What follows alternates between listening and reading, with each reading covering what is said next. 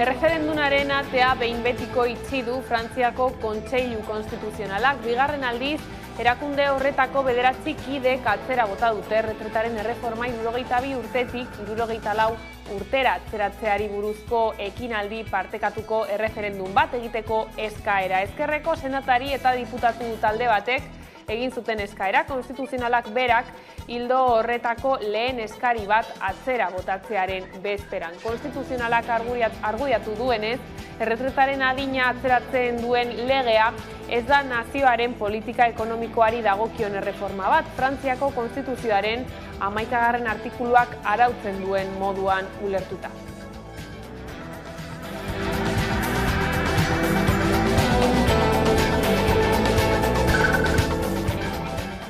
Lehortearen maila bildu zen atzo Nafarroan egoerak larrituta. Nekazarien sindikatuek laguntzak eskatu dituzte lehorteari aurre egiteko. Izan ere, Foru Erkidegoak emandako datuen arabera, Erriberako eta Nafarroa erdialdeko lehorteak laboren 40.000 hektareari eragin die dagoeneko Udane Arbeo.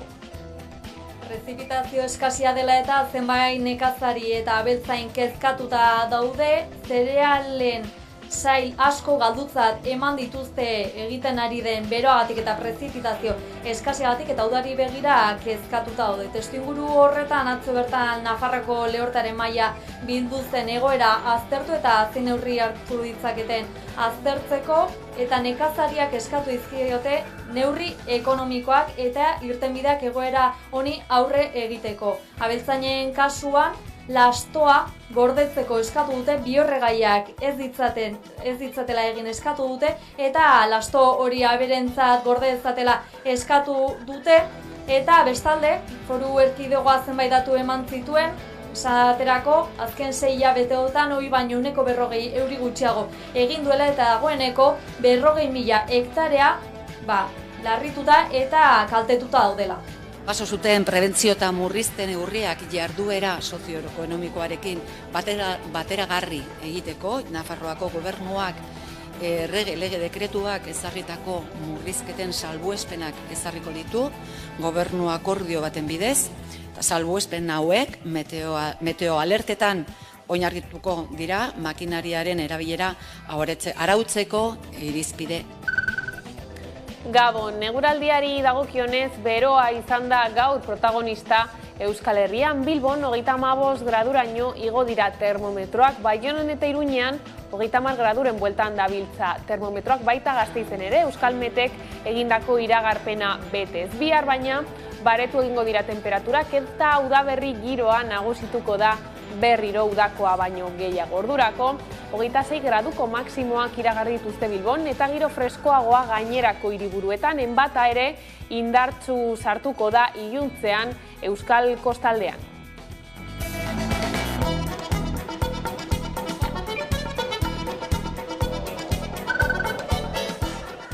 Eta nazioarteari begira salaketa larria egin berri du Kremlinek. Errusiako komunikabideek zabaldu dutenez, gobernuak salatu du Vladimir Putin presidentea hiltzen ahalegindu dela Kiev Kremlin droneen bidez bombardeatu. Horien arabera, Putin onik irten da eraso ahaleginetik eta Moskuk 2 drone suntsitu ditu. Bart gauean Kiev Errusiako Federazioko presidenteari eraso egiten ahalegindu da tripulaziorik gabeko aerekoekin. Droneak Kremlinera zihoa zen, baina gailuak indargabetuak izan dira. Irrati maiztasuneko sistemak erabiltzen dituzten zerbitzu sekretuek eta armadak hartutako neurri egokiei esker.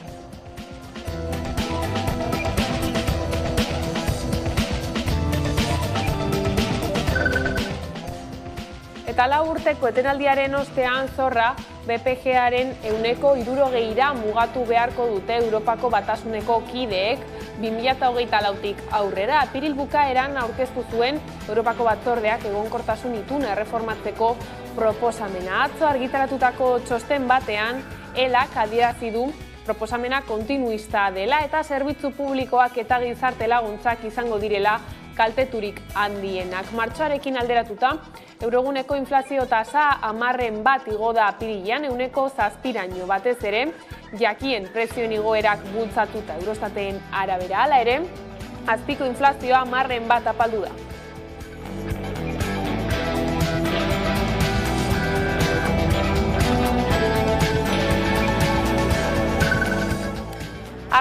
Azazetako parke eolikoa egiteko administrazio baimena eman berri du Eusko Jaurlaritzak. Euskal Herriko agintaritzaren aldizkarian argitaratu zen herenegun ebazpen hori. Udane Arbeo.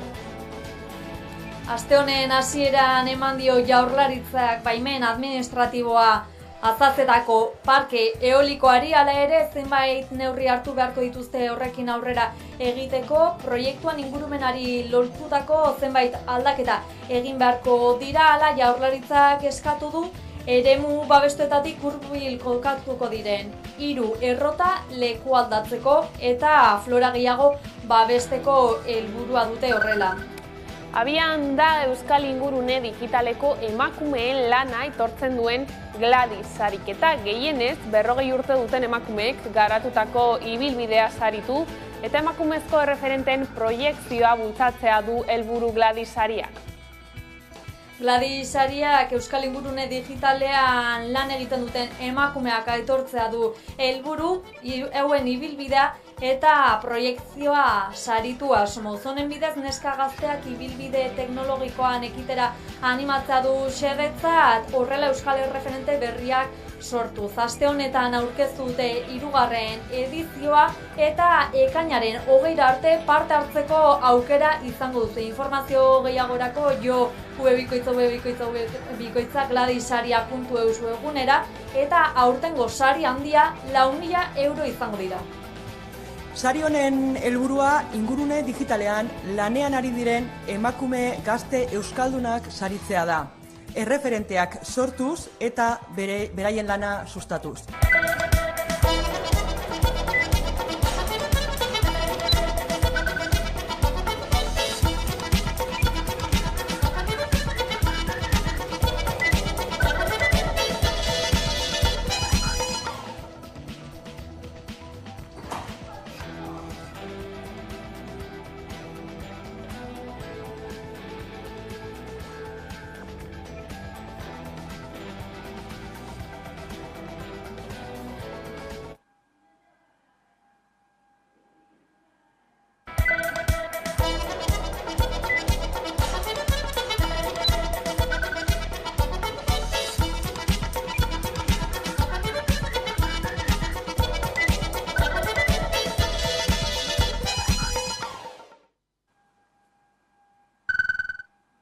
Arazotxo teknikoak izan ditugu, baina bagaude bueltan gaueko albistegian. Eta lehorteak izan ere 40.000 hektareari kalte egin die Nafarroan. Nekazarien sindikatuek laguntzak eskatu dituzte Nafarroako lehorte kezkagarriari aurre egiteko.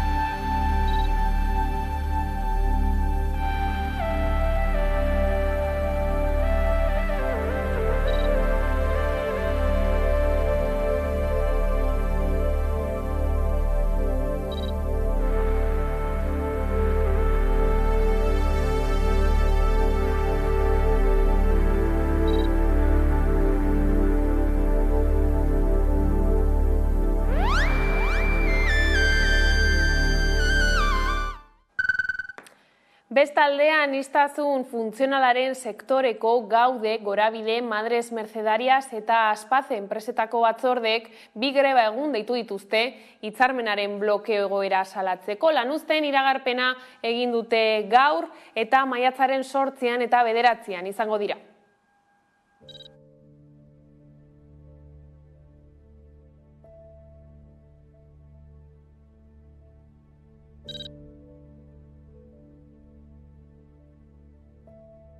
Borroka hau ez da hasi oin hauteskundie datozela eta hasi ginen, hitzarmena agortu zan momentutik hasi ginen hitz egiten, ez gara akordiotara heldu, eta bai, erantzunkizune eurei emoten dut ze azken finean zerbitzu publiko bat emoten dugu.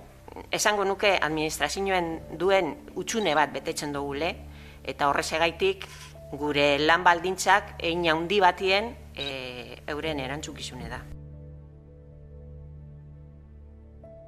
Dugun azken bileratan, egiten dozkuezen proposamenak berdin-berdina die. Baten batek bateratu egiten dauz proposamen horiek. Eta da, atxien dagoena dela Aldundia. Eskatu ditugu bilerak hiruren artien eitia, hau da, enpresa, Aldundia eta langileen arteko bilerak eta horrek ez da bez gure. Baina gero euren artien informazioe zuzentzen die.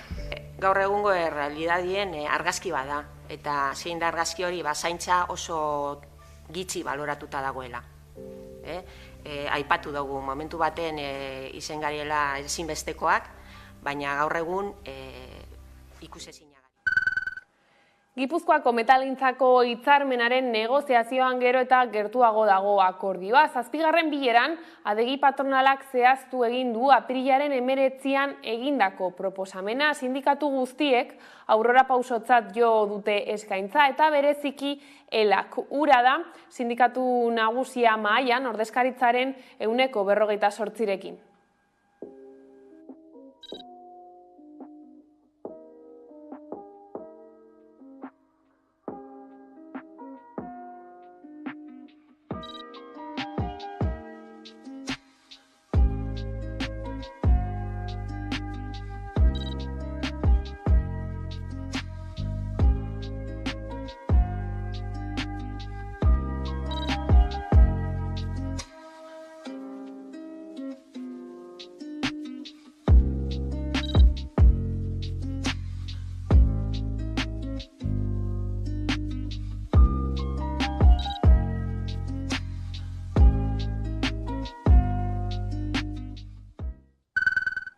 Eta Bizkaiko zahar etxeetako langileek adierazi dute borrokan jarraituko dutela sektoreko 3 patronalek eta Bizkaiko Foru Aldundiak hitzarmenean oinarrizko gaiak bermatu arte. Langileen greba amaitzekoa zen asteazken honetan, baina asanbladan aho batez erabaki dute greba luzatzea, maiatzaren 10-etik 25-era egingo dute.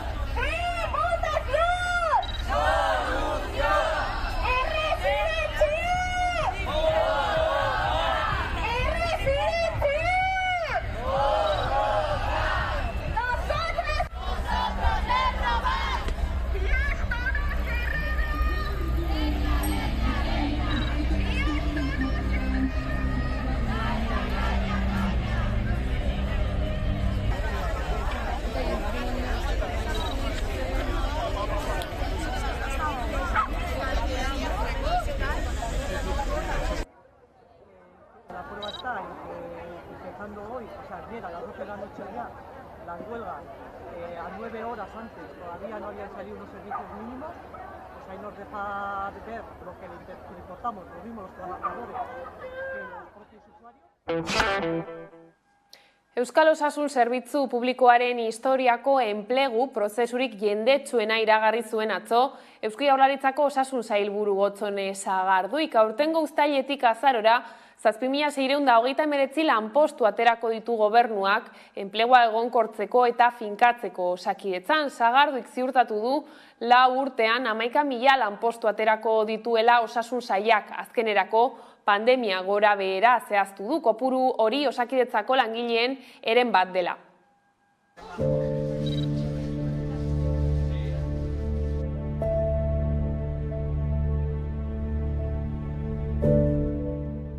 Lan eskaintza publiko berri honetan, Osakidetzak 7.629 plaza jarri ditu mahai gainean, 110 lanbide kategoriatan banatuta, eta horrek Osakidetzaren historiako prozesurik handiena bihurtzen du enplegu publiko egonkortzeari eta sendotzeari dagokion.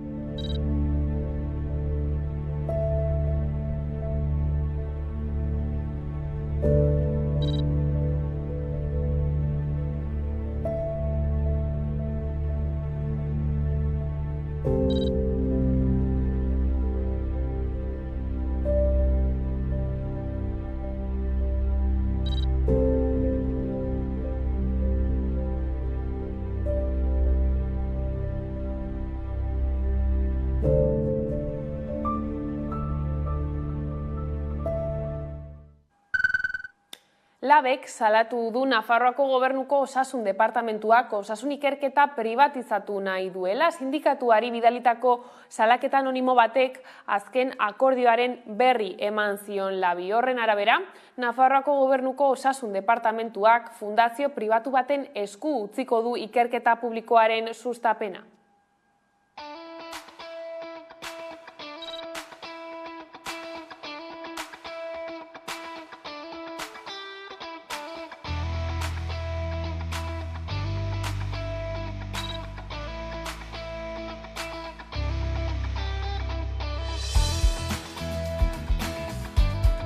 Zer egin nahi du? Hemendik aurrera egiten diren entsedu kliniko horiek, egiten diren ikerketa proiektu horiek fundazio pribatu baten bidez bideratzea. Eta fundazio hori Idisna fundazioa da.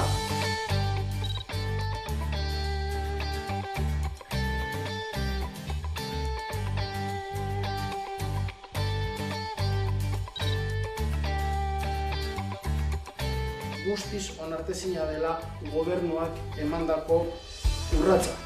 Eta Nafarroako parlamentuari begira hauteskundeen atarian gaudenez, interpelazio zuzen bat ere egin nahi dugu LAB sindikatutik. Eta interpelazio hori bada, alderdi guztiek konpromiso bat eta irmoa hartu behar dutela ikerkuntza publikoa izateko. Eta horrekiko konpromisoa adieraziz gain, egin behar dutena da Navarra Biomed Fundación Manuel Servet etorkizuna bermatzea.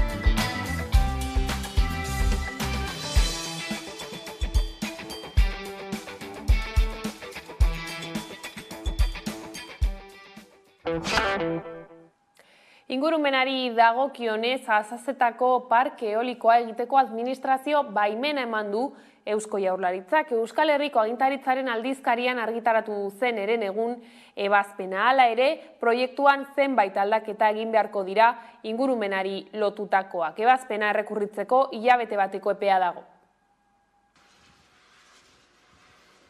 Eusko Jaurlaritzak baimendu du Azazetako parke eolikoa aurrera eramatea. Euskal Herriko agintaritzaren aldizkarian argitaratu da ebazpena, eta testuak dioenez, zenbait aldaketa egin beharko dituzte. Lakuak eskatu du eremu babestuetatik hurbil kokatuko diren 3 errotaleku aldatzeko eta flora gehiago babesteko. Eskakizuna betetzeko erdi tentzioko linearen zati bat lurperatuko da, zuhaitzak ez mozteko. Bestalde fauna babesteko elektrokuzioaren kontrako neurriak ezarriko dituzte, edota soinuari aurre egiteko sistemak erabiliko beharko dituzte. Herritarrei eragiten dioten ondorioei dagokienez, goi-tentzioko lineak herriguneetatik gutxienez 200 metrotara izan beharko dira eta etxe bakartuetatik 100 metrotara. Haize indarrek aurkeztutako proiektuak dioenez, 8 haize errota jarriko dituzte Azazetan, eta 40 megabateko energia ekoitziko dute. La Diputación Foral de Álava ya emitió sus correspondientes impactos desde el punto de vista ambiental, en tanto en cuanto se cumplen con los requisitos establecidos dentro de esas declaraciones y dentro de sus informes, el parque sigue con su tramitación y sigue dando pasos hacia convertirse en una realidad. Azazetako parkeaz gain, Labrazako parke eolikoa egiteko baimena ere jaso du haize indarrek. Oion, Araba eta Agilarko dez Nafarroa artean jarriko denez, Espainiako gobernuak eman dio onespena. Uztaldi Ibion nekazaritza proiektua ezagutuko dugu orain, bertako kide Borja Etxeberria eta Gorka Igualekin Lizarran bizi eta lan egin nahi zutelako sortu zuten proiektua eta beren produktuak inguruko dendetan merkaturatzeaz gain, hilabeteko 2. larun batean egiten den plazara Lizarrako merkatuan ere saltzen dituzte. Ikus dezagun sakonean.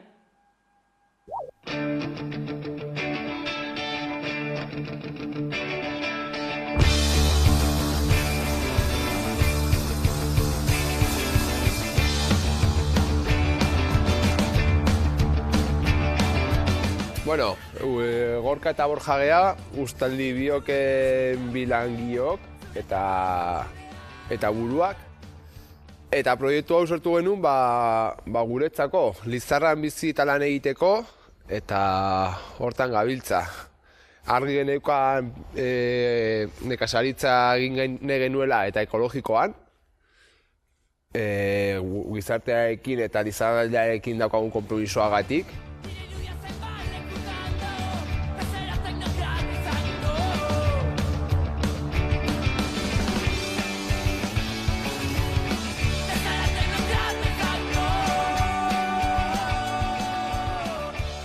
Zergatik ekologikoa, eskenean gure ingurua eta gure herria zaindu nahi genuelako, eta ikusten genuen produktu ekologiko horiek beharrezkoak ziren hemen eta gure ingurua zaintzeko, zen eta ikusten genuen ondoko baratzetan azkenean produktu kimiko eta pila bat erabiltzen zirela eta erabiltzen dira, eta azkenean produktu horiek gure ibaietara edo eta gure lurrera erosten dira, eta azkenean guk hori nahi genuen ekiditzea, eta horregatikan hasi ginen gure baratza produktu ekologikoekin egitea.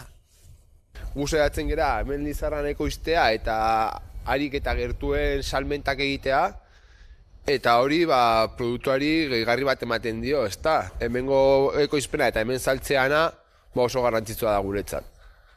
Egin neguan gaude ilarrak landatzen, borraia eta zia zerbait jasotzen, eta bizko bat itxoiten eta lurra prestatzen udaberriari begira. Udaberria martxoa alderan, martxoa pila alderan, tomatea, kuiatxoak eta landatzen hasten geha. Ja udazken aldera, hasten geha kanpoko landaketekin ere, irai aldean edo, eskarolak, atxikoriak, azak, eta loko produktu guzti horiek. Landarekin nahi duguna da alde batetik polinizatzea, gure kalabazin loreak edo tomate loreak polinizatzea eta lore gehiago ateratzea gero produktuan tomate gehiago ateratzeko, edo kalabazina edo lusoker gehiago ateratzeko, eta gero beste aldetikan ere loreak erabiltzen ditugu depredadoreak, bai adibidez baratzan edo pulgoiari aurka egiteko depredadore asko daude, eta depredadore horiek loreetan eta izkutatzen dira edo bizitzen dira. Loreak dira haien bizilekua, eta hortarako loreak jartzen ditugu bai produktuen artean eta bai negutegiko hilaretan.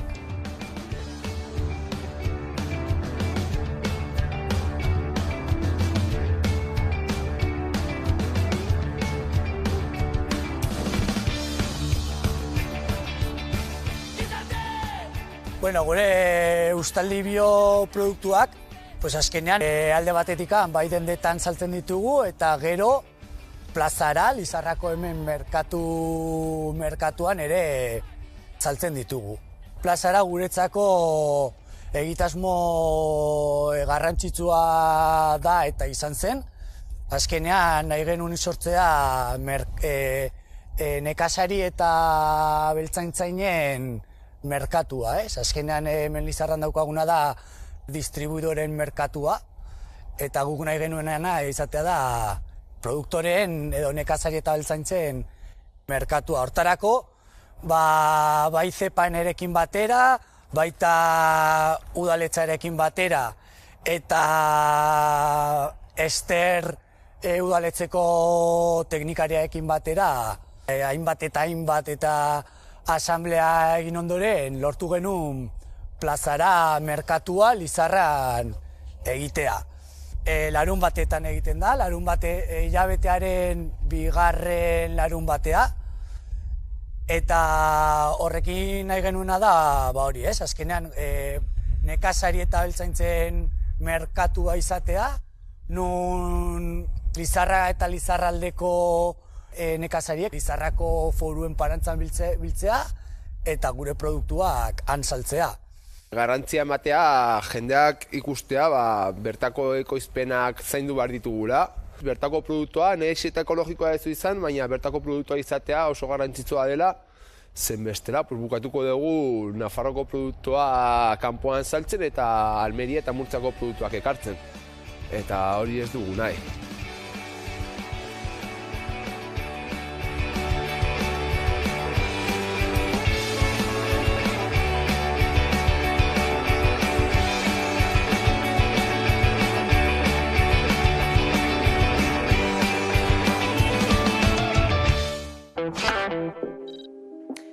Gasteizko eskola inguruneetan doako aparkalekua arautzeko parkimetroak aktibatu dituzte. Doako aparkaleku enpresetako erabiltzaileek txartelak atera besterik ez dute egin behar, inolako ordainketarik egin gabe izan ere, 15 minutuko doako aparkalekuak dira eta zenbait ikastetxeen inguruan ezarri dira. Inmaculada, San Viator, Mariturri, Eneklik School, Karmeldarrak eskolapioak eta Salburua ikastetxeetan.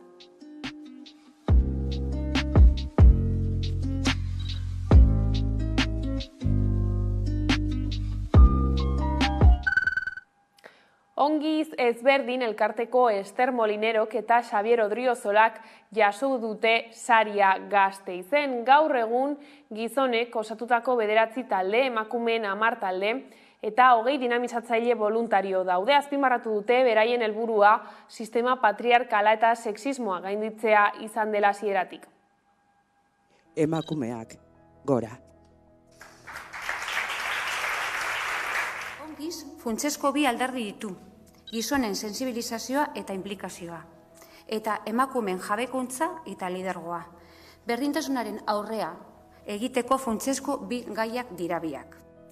Epaimaiak esan du, maskulinitate eta feminitate hegemonikoen ereduak, egungo eredu nagusiak, alegia, birpentsatu eta deseraikitzeko baliagarria dela Ongizek egiten duen lana. Gizakiarengan sinisten dugu, zugan, zuengan, guztiongan sinisten dugu. Eta aldatzeko daukagun gaitasunean ere bai. Ez da inor sobera.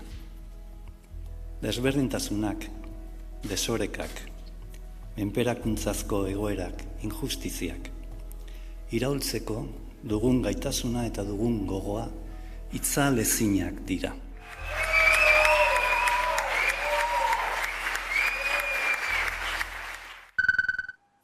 Eta Gasteizen LGTBI fobiaren aurkako hilabetea ospatuko da. Hori dela eta maiatza osoan zehar aniztasunaren aldeko hainbat ekitaldi egingo dira, konferentziak, tailerrak, kontzertuak, ikastaroak eta zineforumak antolatuko dituzte.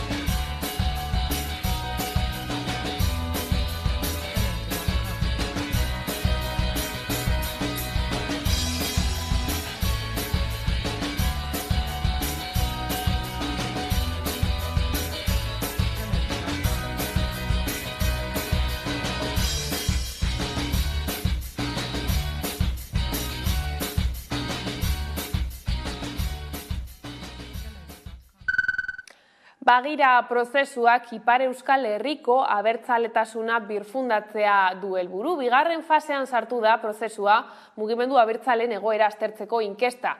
Zabal bat antolatu dute Lapurdi, Base Nafarroa eta Siberuko herritarrentzat. Agerraldia egin dute ere bai, Bagirako kidek Miarritzen galdetegiaren berri azaltzeko. Quelles sont ses principales forces? Quel est le niveau d'implication des abertzalés dans les différentes luttes sectorielles? Quel est le niveau d'engagement et d'implication des jeunes? Diagnostikoaren fasea, eta egun aurkeztu dugu beraz arratsalde honetatik goiti hedatuko dugun inkesta handi bat, beraz linean izanen den inkesta bat, 21 bat galderaz osatua, eta honen helburua da inahala abertzale, orduan abertzale sentitzen den inahala jende galdezkatzea, bere iritzia jasotzea, egin den bideaz, bereziki azken 10 urtetan, etorkizuneko perspektibetaz eta ere mugimendu abertzalearen egoeraz. Les évolutions des 10 dernières années, il y a des questions donc, sur l'évolution des différentes luttes en Pays Basque Nord, l'évolution du mouvement abertzale lui-même et l'évolution institutionnelle. Arantza Fernandez de Garaialde Euskal Eskola Publikoa Zaharro plataformako kide elkarrizketatu dugu gaurkoan Hamaika Telebistan. Bere esanetan, sistema duala betikotzen du hezkuntza legearen proiektuak eta salatu du horrek hezkuntza publikoaren egoera txartuko duela. Azpimarratuko genuke jarraitzen dutela bain arte atera dituzten dokumentuen hildotik. Hau da oso antzekoa da aurretik atera zuten lege zirriborroarekin antza handia dauka. Eta zer da, hitz asko daude, adierazpen asko, baina neurri zehatz gutxi, baina badago ardatz bat, badago zerbait hor, eta zer da, ildo nagusia esango genuke dela printzipio bat, eta da pribatua publikoa dela, nolabait esateko, titulartasunak ez daukala, titularitateak ez daukala garrantziarik, eta orduan, bai pribatuek, bai ikastetxe pribatuek, baita publikoek, pribatu itunduek edo kontzertatuek. Pribatu ez itunduak oso gitxi dira, ez ditugu sartuko. Hoiek, pribatuek eta publikoek osatzen dutela euskal hezkuntza sistema publikoa. Eta orduan, nahi dute trataera berbera ematea guztiei, ikastetxeen artean lehiatzea nahi dute, zeren eta programa kontratuei garrantzia handia ematen diet eta pentsatzen dugu hortik lehia etorriko dela, euskara maite dutela adierazten dute, baina ez duten neurririk hartzen, hezkuntza komunitatea ere behin da berriro aipatzen dute, garrantzia handia emanez, baina benetan hitzetara baldin bagoaz, ikusten dugu ikastetxe pribatua jarraituko dutela orain arte bezala titularraren esku eta publikoetan zuzendariari eman nahi dizkiotela orain baino ahalmen gehiago, hezkuntza gehiago. Beraz, parte hartzeari begira aurrera pausurik ez da ematen ere. Esaten dugu askotan, sistema duala betikotzera datorrela lege hau, baina sistema betikotzeak ez dakar agian egoera betikotzea, baizik eta hezkuntza publikoarena txarrera egiteak ekar dezaken. Ez dugu pentsatzen benetan gure hezkuntza sistemaren arazoa konpontzera datorrenik. Baizik eta orain jaiotze kopurua jaisten ari den honetan, sare pribatua blindatzera datorrela pentsatzen dugu. Nabarmendu du sare pribatuaren interesak defendatzean ezinbestean egiten zaiola kalte hezkuntza publikoari eta zentzu horretan azpimarratu du segregazioaren aurka egiteko abiapuntua publikoaren alde egitea dela. Bueno, pentsatzen dugu interesak daudela, ez da lehen aipatu dut oso indartsuak dira eta pribatuko patronalak eta pentsatzen dugu presio handia egiten dutela eta nolabait baita ere sinistarazi nahi digute orain aipatzen ari dena jendearen nahia dela pribatura joatea. Aldiz, osasun arloan hain argi ikusten dugun guztiok ez sistema publikoaren beharra eta hezkuntza sisteman ikustea zailagoa da, pentsatzen dugu. Eta agian horregatik da. Zeren eta lotura, segregazioa eta sareen artean ukaezina da. Horren inguruan eman ditugu urteak eztabaidatzen, esaten ziguten ez denetarik dago guztietan eta egia da denetarik dago. Baina ja 2021ko irailean atera zen ikerketa bat, EAEko ikasleen eboluzio sozio-demografikoa. Eta hemen aztertu nahi zuten zein den izek, ez dakit ikusten duzun, izek basuko ikasleen presentzia zein den sare pribatua eta sare publikoan. Alderantziz, sare publikoan eta sare pribatuan. A, B eta D ereduetan urteetan zehar. Grafiko hau ikusita diozu, hemen A, B, hau, tal, kual. Grafiko hau ez daude zera parametro berean eginda. Grafiko hau benetan, hau da izek basuko ikasleen presentzia sare publikoan eta sare pribatuan. Eta azken urtea, hemen neurtzen den azken urtea hartuta, kuadroa hauxe da. Hauek dira portzentajeak. Honek ere pixka bat engainatzen du. Sare publikoan izek basuko ikasleak dira A ereduan 80%, B ereduan 50%, D ereduan 32%. Sare pribatuan izek basuko ikasleen presentzia da 6, 9, 3. Beraz, ezberdintasuna handia dago.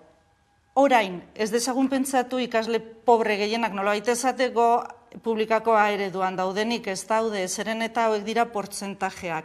Kontuan hartu ere, izek basuko ikaslei buruz ari garenean, ari gara 25% pobreenari buruz nolabait esateko. Horren barruan badaude ere jatorri atzerrikoa duten ikasle asko. Etorkinen artean 60% dago tarte honetan. Orduan, ikasle pobrenak edo zera basukoak non daude? Bueno, pues publikakoa ereduan daude hemen gutxi gora bera 15.000, B ereduan 2.800 eta D ereduan 45.000. Publikoko D ereduan matrikulatzen dira une honetan izek basuko ikasleak. Pribatuan zenbat daude, A ereduan 225, B ereduan 4.500 eta D ereduan 2.500. Bale, beraz, segregazioa edo izek basuko ikasleak sare publikoan daude eta badu zer ikusirik ikastetxeen titularitatearekin. Denetari dago toki guztietan? Bai, badago, baina toki batzuetan bestetan baino askoz gehiago. Eta gaiz aldatuta beste urte batez, Jaso ikastolak bere musikal famatua egin du. Estreinekoa maiatzaren 5ean izango da Barainaingo auditorioan. Aurtengo proiektuak autismoa izango du erdigune eta gaitasuna, aniztasuna eta gizarte inklusioa jorratuko ditu. Autismoa duten 2 gazteren bidaia pertsonalean oinarrituko da, haien terapeutak Latinoamerikara egin beharreko bidaia proposatzen die eta gazteen bizipenez gain haien ingurukoen kezkak plazaratuko ditu.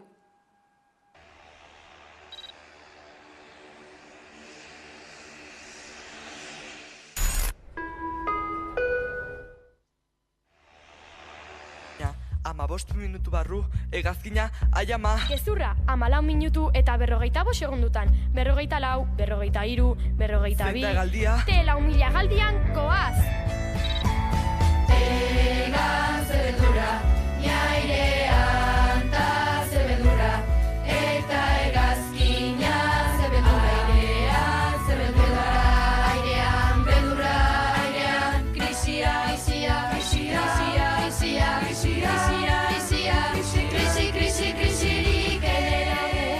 Egia esan urten poderioz gure ikasle, irakasle zein familiei esker jaso musikala bihurtu da ikastolako hezkuntza proiektuaren adierazlerik onenean. Etxean eta etxekoengatik ekoiztutako artea, auzolanean eraikitako ametsa, metodologia pedagogiko berritzaileen aplikazioaren emaitzik ikusgarriena, ikasleen autonomia eta ahalduntzea lortzeko edabe magikoa, eta azkenik, gure gaztetxoen euskararen erabileren eta hizkuntzaren kalitatean eragiteko formula arrakastatsua.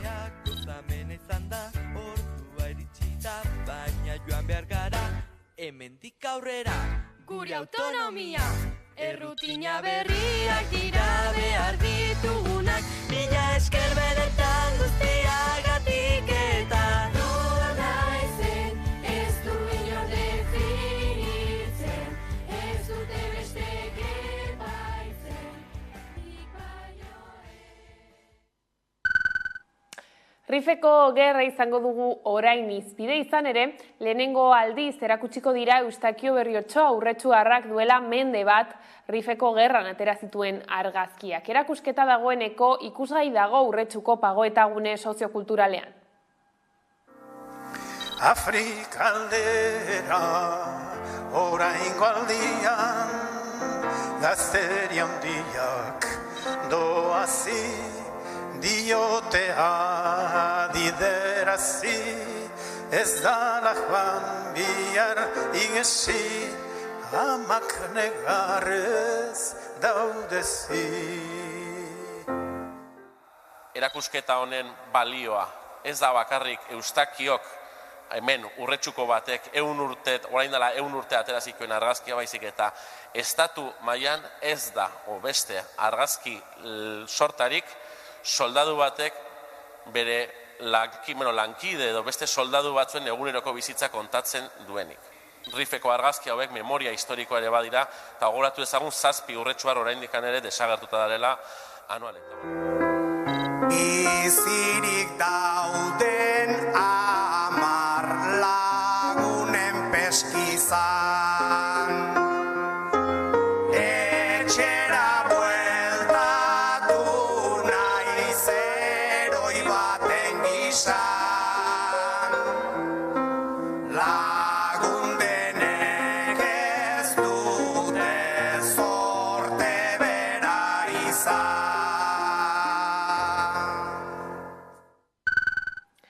Nafarroara bueltan, Almandiaren egunak 30. edizioa egin zuen pasaden larun batean. Neska Ibaia galdutako ofizioaren omenaldiaren lekuko izan zen, urte bat gehiagoz oroimenera ekarri zuten galdutako ofizioa.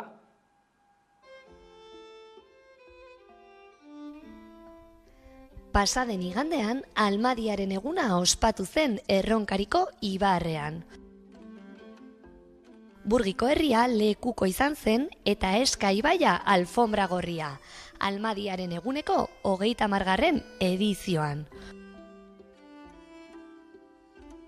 Urte bat gehiago oroimenera ekarri zuten galdutako ofizio abenturero eta arriskutsua. Irati eta Piriniotako zuainen enborrak baltsa luze batean bihurtuz eta ur bizkor eta jauzietan saltoka eginez salmentatokiraino.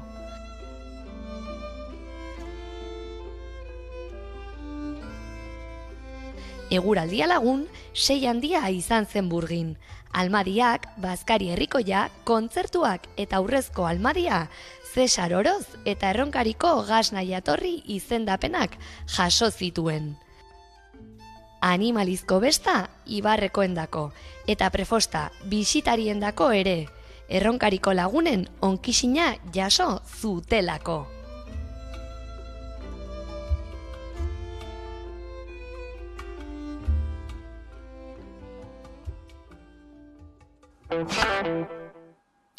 Eta kiroletan 3 egun besterik ez dira falta Osasunak Sevillan jokatuko duen kopako finalerako. Arrisku handikoa izendatu den partidu erraldoian Real Madrid eta Osasuna aurrez aurre arituko dira. Nafarroatik 20.000 lagun hurbilduko dira Sevillara eta askok partidua hirian eta Nafarroako herrietan jarriko dituzten pantaila erraldoietan ikusiko dute. Atzera kontaketa, urduritasuna, emozioa eta batez ere ilusioa dira gorritxoek azken egunetan dituzten bizipenak. Zaletu gehienek elastikoa eta bufanda prest dute Sevillarako zakuan sartuko dituzten puxken artean. Baina bufandarekin batera eguzkitarako krema, kasketa eta eguzki betaurrekoak izanen dira zaletuen outfita osatuko duten komplementuak. Izan ere, Andaluzian ohikoa den berozapa iragarri dute. Osasunzaleek trenean, autobusean edota autoetan eginen dituzte kasik 1000 kilometro. Inoiz atzenduko ez zuten asteburua bizitzeko. Baten batek dio, Kartujatik gertu izanen den Osasunako fanzoneak uztailaren 6 emanen duela. Arrisku handikoa izendatu duten Real Madrilen aurkako norgehiagoka gaueko 10etan izanen da. Hala ere, 8etarako ateak irekiko dituzte eta partidua hasia itzin show musikatu batez profitatu ahal izanen dute zale privilegiatuek. Ozuna Puerto Ricotarra emanaldiaren kartelburu izanen da. Marta Sánchez, Brian Cross, Soraya Arnelas eta Romy Lourekin partekatuko du agertokia. Sevillara heldu ez diren zaletuek hiriburu eta herrietan paratuko dituzten pantailetan partidua ikusteko aukera izanen dute. Irabazi edo galdu, Osasunak historia egin du eta hori ospatzekoa da. Eta lasterbidean ekainaren 3an izango da Amasa Bilabonan. Egun osoko egitaragua antolatu da, korrikaldia, herri bazkaria eta DJak izango dira. Antolatzaileek gogoratu dute Euskal presoen sakabanaketa amaitzear dagoen arren, salbuespenezko espetxe politikak ez direla amaitu. Izen emateko epea irekita dago.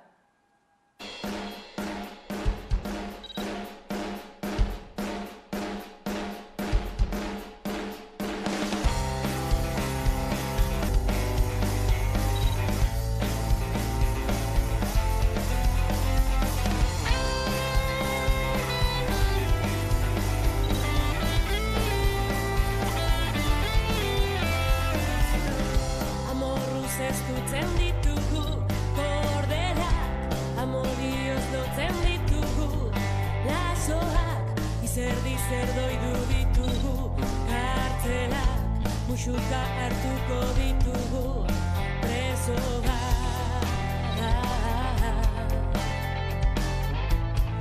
Jotako bada hautsi zatera. Horren inguruan hitz egiteko Iban Uribe Etxebarria, Lasterbideaneko antolatzailea daukagu pantailaren bestaldean. Gabon? Gabon, bai. Esan dugu dagoeneko ekainaren 3an egitarau zabal antolatu duzuela Amasa Bilabonan. Zer egingo duzue zehazki edo zer da azpimarratuko zenukeena? Hori da. Urtero bezala Lasterbidean lasterketa soil batetik aratago egun osoko egitaro bat antolatzen dugu. Aurten bigarren edizioz jarraian larun batean antolatzea erabaki dugu eta honi esker eguna luzeagoa egin ahal izan dugu. Orduan, asteburua borobiltzeko baita, ostiralean hasiko gara Aljibea Kultura Elkartean antolatuko dira kontzertu batzuk.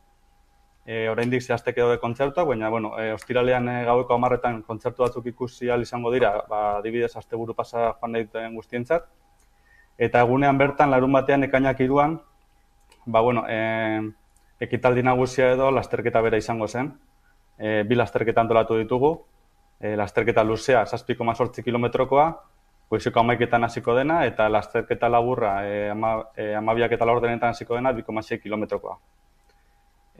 Lasterketan ostean, sari banaketa eta ekitaldia egingo dira, eta horren ostean urtero bezala oso arrakastatxo izaten den herri bazkari bat egongo da, 600 pertsonantako prestatua. Eta, bazkarien ostean, distopia elektrotxarangarekin herrire bueltatuko gera, eta, nahi duenak ere pilota partidak izango ditu behartzana pilota lekuan, eta bestela gauean egunarekin amaitzeko kontzertuekin amaituko dugu. Aurten gurekin izango dira Ixasakara, Makonak, eta amaitzeko urtero bezala DJ Bull. Ikusten dugu, asteburu oso oparoa eta betea daukazuela. 2013an egin zenuten lehenengo Lasterbidean, zer nolako evoluzioa izan du urte hauetan guztietan zehar ekitaldia? Lehenengo urtetik ekitaldi arrakastatsua izan da, eta gutxi gora bera evoluzioa mantendu da, edo antzerako jende kopurua bete mugitu izan dugu. Esan bezala, aldaketa nagusiena izan da azkenengo orain 2 urte erabaki genuela larun batera pasatzea, baina bestela gutxi gora bera lehenengo ediziotik gaur arte antzerako egun egituraketa izan dugu Lasterbidean. Euskal presoen sakabanaketa ez da amaitzear dagoen arren, salbuespenezko espetxe politikak ez direla amaitu esan duzu ere, eta hori da hain zuzen ere aldarrikatu nahi duzuena, ez da? Nolakoa da presoen egungo argazkia? Hori da, ez da. Argi dago dispertsioarekin amaitzea, nota positibo bat dela, eta zenide eta presoak egoera hobeagoan daudela. Baina lata ere salbuespen egoerak jarraitzen du. Tartean 158 euskal preso ditugu, 17 erbesteratu eta 5 deportatu. Eta preso horien artean, adibidez, 50 presotik gorari ez zaie kontatzen Frantzian bete duten zigorra. 7/2003 legearen arabera zigortutakoek ezer ez aldatzen bizitza osorako zigorra bete beharko dute, eta adibide bezala soilik 30 preso daude 3. graduan, ez? Orduan nahiz eta egoera hobea den, oraindik badago zer aldarrikatu, zer lan egin, eta guk Lasterbideaneko lantaldeak gure esparrutik, kirolaren mundutik, guzti hau konpondu bitartean lanean jarraituko dugu. Izen emateak uste dut Iban oraindik zabalik daudela, ez da, eta harrera nolakoa izaten ari da? Izen emateak zabali daude interneten, lasterbidean.eus edo kirolprobak.com webguneen bitartez. Eta, bueno, beti pasatzen zaigun bezala, jende azkenengo momentu arte ez da apuntatzen. Orduan oraindik ez da jende askorik apuntatu, baina, bueno, urtero bezala, 500 pertsonatik gora espero ditugu korrika egitea lasterketa luzean, gehi lasterketa laburrean animatuko direnak, eta egun pasa animatuko direnak. Orduan, gure aldetik jendeari eskatu azkenengo momentu arte ez itxaroteko, eta joatega pentsatzen badute, aldanik azkarren apuntatzeko, guri bere lana erresten digute eta. Hemendik ere lasterketan parte hartzeko gonbidapena luzatzen dugu. Iban, mila esker gurekin egoteagatik. Bale, eskerrik asko zuei. Eta Araba Rugby Cuperen aurtengo edizioa asteburu honetan izango da Gasteizen. Guztira, 28 klubetako 95 talde bilduko dira zenbait kategoriatan banatuta.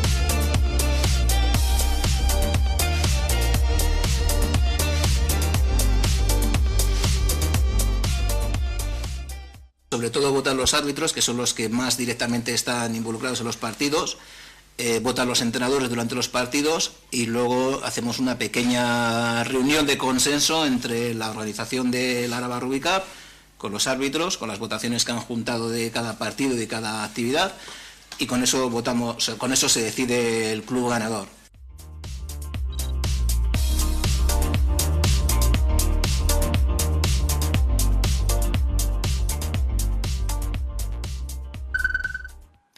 Deportibo Alavesek 2 sarrera 5 euroan erosteko aukera eskaini dio abonatu bakoitzari hurrengo partidarako. Ostiral honetan Mendizorrotza azalez beteko da Alaves Granada partidan. Ekimen honen xede nagusia da Mendizorrotza betetzea. Momentuz 17.000 zale izango direla baieztatu du klubak, baina oraindik gehiago espero ditu.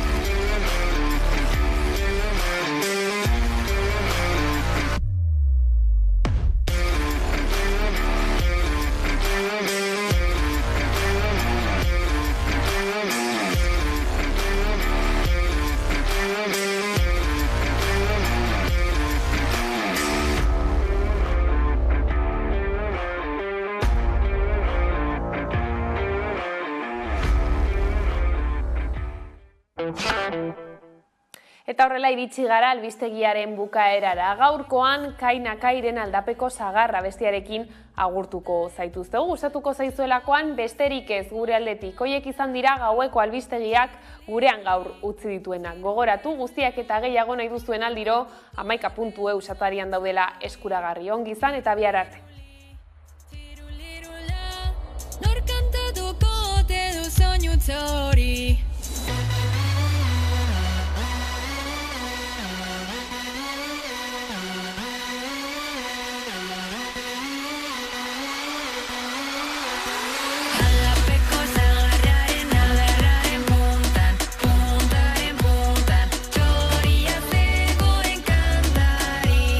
Tiro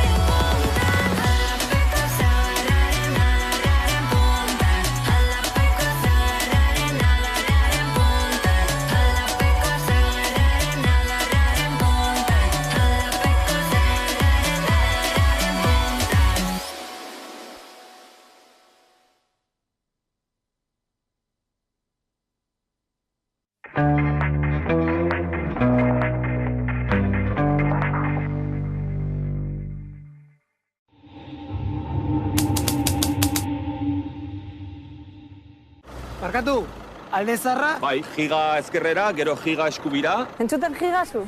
Imagigatzen, gigaragarria da. Ligatu zaitez nitaz. Giga ezkerrera. Oraindik ez dakizu, zatoz Euskaltelera zuntz, mugikor eta telebistarekin eta eskuratu beste